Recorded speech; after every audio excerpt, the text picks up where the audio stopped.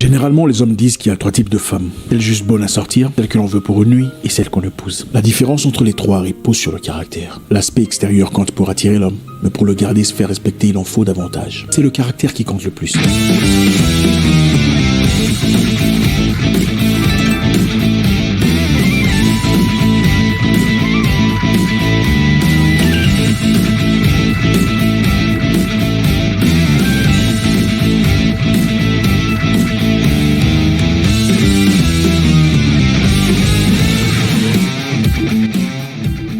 Généralement, les hommes disent qu'il y a 3 types de femmes. Celle juste bonne à sortir, celle que l'on veut pour une nuit et celle qu'on épouse. La différence entre les 3 repose sur le caractère. L'aspect extérieur compte pour attirer l'homme, mais pour le garder et se faire respecter, il en faut davantage. C'est le caractère qui compte le plus. Plus jeune, je ne comprenais pas pourquoi certains hommes autour de moi quittaient des belles femmes pour s'attacher à celle qu'il était manifestement moi. Je me disais, mais cet homme est aveugle ou quoi?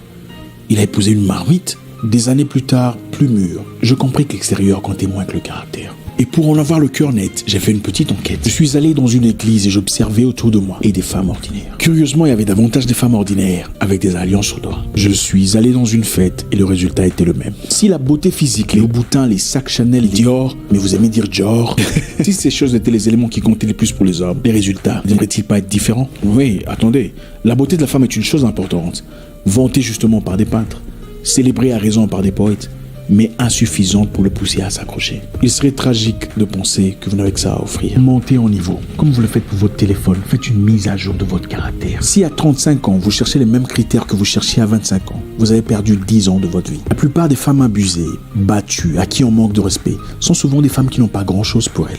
Pas très intelligente, pas de boulot stable, pas de progrès évident dans la vie sans son homme. Le monde a changé, il faut changer avec. En t'envoyant à l'école, ton père savait qu'il te faudrait une vie indépendante. Ton père t'envoie à l'école voulant que tu sois respecté.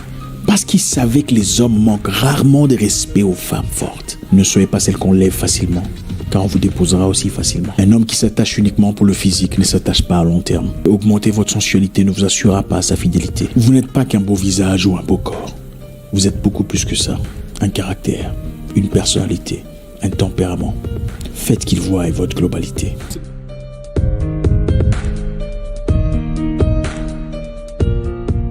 Ça sert à rien de faire la fille ghetto. Et moi, je me lave bien. D'ailleurs, je suis benguiste. Un homme ne peut rien me dire. J'ai tout pour moi. Si tu as vraiment tout pour toi, tu n'as pas besoin de le dire. Femme forte ne veut pas dire insulte facile ou celle qui a des réponses à toutes choses. Femme forte rime avec finesse et élégance, intelligence et convenance.